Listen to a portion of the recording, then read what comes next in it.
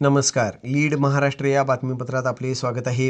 ही बैठक आमदार सुहास बाबर यांच्या पत्रामुळेच उपमुख्यमंत्री एकनाथ शिंदे, सांगली मिरज कुपवाड महानगरपालिकेतील 1198 कर्मचाऱ्यांच्या सेवेत समावेशाचा अनेक वर्षापासूनचा प्रलंबित असलेला प्रश्न अखेर प्रशासनाच्या अजेंड्यावर आला असून त्याला आता सकारात्मक दिशा मिळाली आहे. या प्रश्नासाठी आमदार सुहास भैया बाबर, महानगरप्रमुख मोहन वनखंडे सर यांनी केलेल्या ठोस आणि सातत्यपूर्ण पाठपुराव्याला मोठे यश आले आहे.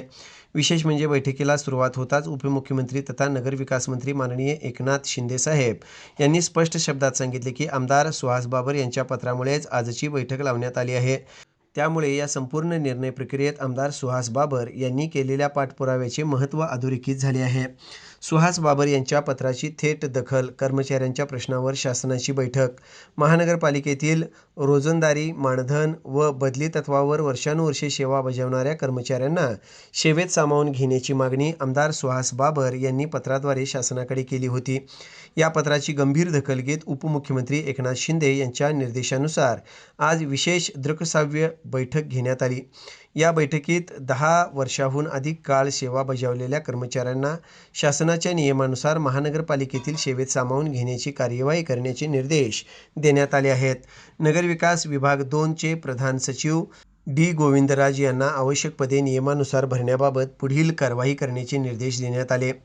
महानगरपालिकेची आर्थिक परिस्थिती लक्षात घेऊन पहिल्या टप्प्यात 10 वर्षाहून अधिक सेवा असलेल्या कर्मचाऱ्यांना प्राधान्याने सेवेत सामावून घेण्यात येणार असून उर्वरित कर्मचाऱ्यांच्या समावेशाबाबत आर्थिक परिस्थिती सुधारल्यानंतर निर्णय घेण्यात येणार आहे. बाबर यांच्या पत्रामुळे बैठक, शिंदेंच्या वक्तव्याने पाठपुराव्याला अधोरेखित मान्यता. बैठक सुरू होताच उपमुख्यमंत्री एकनाथ शिंदे यांनी स्वतः आमदार सुहास बाबर यांच्या पत्राचा उल्लेख करून आजची बैठक त्यांच्या पत्रामुळेच आयोजित करण्यात आल्याचे स्पष्ट केले. त्यामुळे कर्मचाऱ्यांच्या प्रश्नासाठी बाबर यांनी केलेल्या पाठपुराव्याला शासनाच्या सर्वोच्च पातळीवरून महत्त्व मिळाल्याचे स्पष्ट झाले. शिवसेनेचे पहिले नगरसेवक सागर वनखंडे आणि युवराज बावडेकर यांचाही मोठ्या प्रमाणात पाठपुरावा या प्रश्नासाठी झाला होता. या प्रश्नासाठी माननीय आमदार सुहास भैया बाबर, माननीय मोहन वनखंडे सर, शिवसेनेचे मिरजेतील पहिले नगरसेवक सागर वनखंडे आणि युवराज बावडेकर यांनीही सातत्याने पाठपुरावा केला.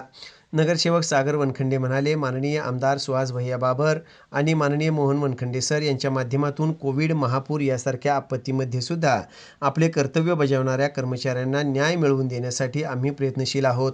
आमचे नेते माननीय उपमुख्यमंत्री एकनाथ शिंदे साहेब यांच्याकडे सातत्याने पाठपुरावा ठेवून कर्मचाऱ्यांच्या कायम सेवेची अधिकृत ऑर्डर निघेपर्यंत आमचा फॉलोअप सुरूच राहील. अनेक वर्ष प्रामाणिकपणे सेवा बजावणाऱ्या कर्मचाऱ्यांना आणि त्यांच्या कुटुंबियांना न्याय मिळवून देणे हीच आमची भूमिका आहे.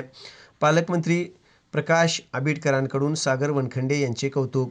कर्मचाऱ्यांच्या या प्रश्नासाठी करण्यात आलेल्या पाठपुराव्याचे राज्याचे आरोग्यमंत्री तथा कोल्हापूर जिल्ह्याचे पालकमंत्री माननीय प्रकाश आंबेडकर साहेब यांनी दखल घेत शिवसेनेचे नगरसेवक माननीय सागर वनखंडे यांचे कौतुक केले. 1198 कर्मचाऱ्यांच्या कुटुंबियांना आशेचा किरण हा केवळ कर्मचाऱ्यांचा प्रश्न नसून 1198 कर्मचाऱ्यांसह त्यांच्या कुटुंबाच्या भविष्याशी जोडलेला प्रश्न आहे. अनेक वर्षे सेवा करूनही कायम सेवेपासून वंचित राहिलेल्या कर्मचाऱ्यांना स्थैर्य मिळावे यासाठी सुरू असलेल्या पाठपुराव्याला आता शासन स्तरावर सकारात्मक दिशा मिळाली आहे.